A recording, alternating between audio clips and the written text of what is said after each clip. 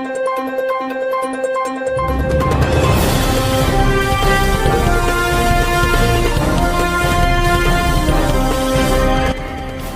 பார்த்துக் கொண்டிருப்பது உள்ளாட்சி சாரல். தமிழக வெற்றிக் கழகம் வேலூர் மாவட்டம் தலைமை அலுவலகத்தில் விலையில்லா விருந்தகத்தின் 1100வது நாளை முன்னிட்டு சமபந்தி விருந்து நடைபெற்றது.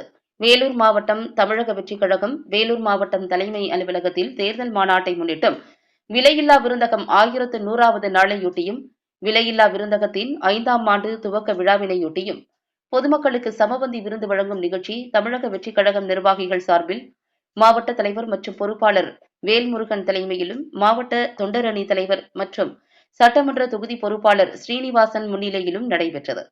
தமிழக வெற்றிக் கழகம் நிர்வாகிகள் ஆடான் பிரபு, இளங்கோ, விஷாலி, வினோத், ஜோதி, ஜோவிட்டா, பேர்ணாம்பட்டு சிவா, சத்யகுமார், அணைக்கட்டு சட்டமன்ற தொகுதி நிர்வாகி ஊசூர் தனசேகர், ஆரணி நகர தலைவர் மற்றும் மாநகர பொறுப்பாளர் MAK முருகன், ஆரணி நகர செயலாளர் AM மஹபூப் பாஷா ஆகியோரின் பங்களிப்பிலும் சமபந்தி விருந்து நடைபெற்றது.